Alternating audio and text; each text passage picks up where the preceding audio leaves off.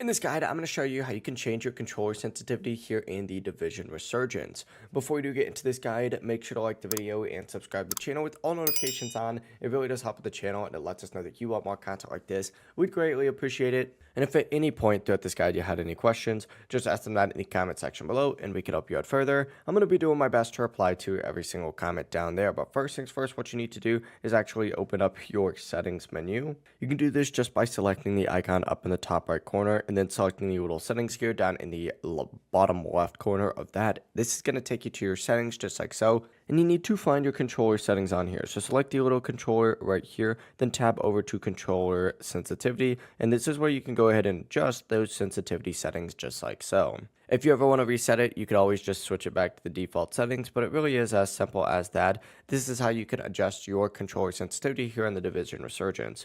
If you guys did have any questions, just ask them down in the comment section below and we can help you out further. I'm going to be doing my best to reply to every single comment down there. Before you do leave this guide, make sure to like the video and subscribe to the channel with all notifications on. It really does help us out and lets us know that you want more content like this. We'd greatly appreciate it. Have a great rest of your day though. Peace.